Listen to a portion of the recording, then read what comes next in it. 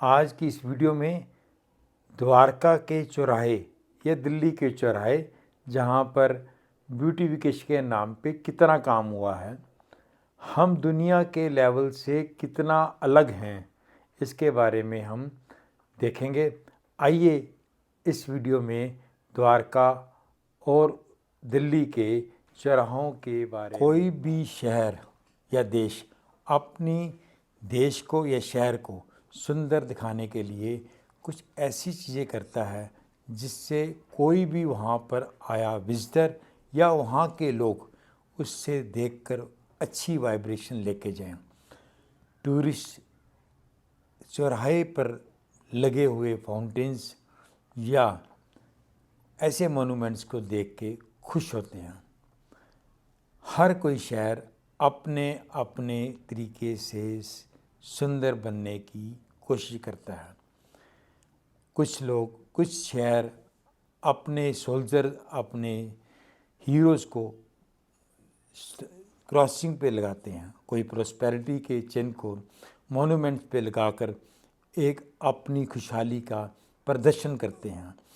कुछ फाउंटेन्स और monuments environment के साथ जुड़ती हुई एक कुछ चीज़ें ऐसे करते हैं जिससे हर एक के अंदर गुड वाइब्रेशंस आएँ, टूरिस्ट और आएँ, अट्रैक्ट करें और वो अच्छा फील करें।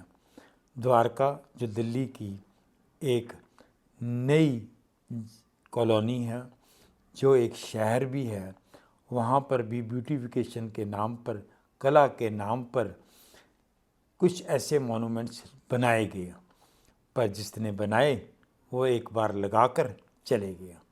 ना तो इसको मेंटेन किया, ना इसको पेंट किया, ना इसके ऊपर कोई ऐसी लाइट्स रखी जिससे ये एक अट्रैक्शन पॉइंट बने। टैक्स मनी तो खर्च हो गई, पर ये मोनूमेंट्स कोई भी ब्यूटी ऐड ऑन नहीं कर पाया। कारगिल के जवानों को याद करने के लिए 2 अच्छे स्टैचूज सोल्जर्स के बनाए, पर पॉलिटिशियंस ने अपने ही पोस्टर्स से इसको छुपा दिया। हमें ज़्यादा उनकी चिंता करनी चाहिए थी। हमारी प्लानिंग में कभी ऐसा था ही नहीं कि चौराहों पर लोग बसेरा बनाकर सोएंगे, रहेंगे या अपना जीवन निर्वाह करेंगे। दिल्ली का ये द्वारका, जहाँ पर आपको ओपन लिविंग रूम मिलेगा, यहीं पर आपको ओपन बेड रूम मिलेगा, जहाँ पर लोग अपनी ज़िंदगी निर्वाह कर रहे हैं। जहाँ पर इंडिया के अंदर बेरोज़गारी है और लोग शहरों को भाग रहे हैं, पर जगह न मिलने पे चौराहे ही उनकी जीविका बन गए हैं। हम रोबोट्स हैं बिना हार्ट के और देख ही नहीं पा रहे कि हमारे आसपास में इतनी गंदगी है। ना तो हमारे मॉन्यूमेंट्स को कोई मेंटेन कर रहा है, ना चौराहों को, ना गंदगी को साफ कर रहा है।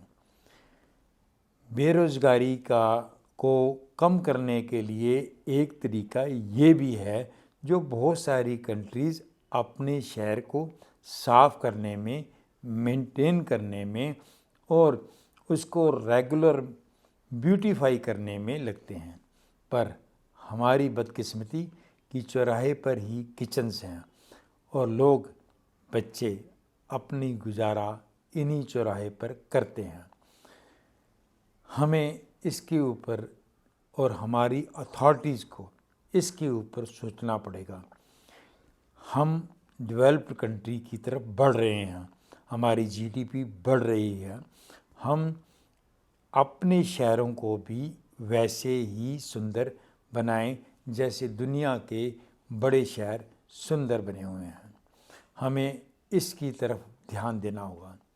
किसी ने कला के तरीके से एक घंटी का एक कला के रूप में रखी, पर एक घंटी को देखकर शर्म तो आती है, पर ये घंटी हमारे लिए है, सुधर जाओ, नहीं तो ये शहर बेकार जंग के आड़ बन जाएगा। लोगों ने सड़क पर ही एनक्रोचमेंट किए हैं और अथॉरिटीज़ ने इन एनक्रोचमेंट्स को तोड़ा है, ना कि साफ किया है। कुछ ने तो चौराहे को रैन बसेरा बना लिया, यहाँ पर रहते हैं, हंसते हैं, खेलते हैं, नाचते हैं। ये उनकी ज़िंदगी का एक हिस्सा बन गया है। जो हमारा शहर था वो अब एक बेहद अजीब तरीके का शहर बनता जा रहा है। पॉलिटिशियंस को भी सोचना पड़ेगा कि वो अपनी कैपिटल को अगर संवार नहीं पाए तो देश को कैसे संवारेंगे। ये देखकर कोई भी गुड वाइब्रेशन लेके नहीं जा सकता। इस पर हम सभी को ध्यान देना पड़ेगा, चाहे वो अथॉरिटीज़ हों, पॉलिटिशियंस हों या हम ही हों। G20 आया और हमने दीवारें पेंट की और लिखा प्राउड टू बी इंडियन।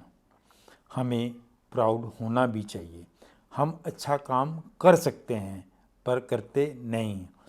अगर हम प्राउड ऑफ इंडिया करना है तो हमें ये एक इवेंट के रूप पे साफ नहीं करना, हमें रेगुलर बेस पे इसको साफ, सुंदर और गुड वाइब्रेंट बनाना है। वाइब्रेंट इंडिया के लिए हम सभी को योगदान देना होगा और ये एक ट्री ऑफ होप भी है कि हम कर सकते हैं। हम दुनिया के अच्छे पार्क्स की तरह बना सकते हैं। अगर आपको ये वीडियो अच्छी लगी है तो आप इसको सब्सक्राइब कीजिए, लाइक कीजिए एंड शेयर कीजिए। हम आपके कमेंट्स और सजेशंस की वेट करेंगे। इसी से आपको फिर मिलने की इजाज़त लेते हैं।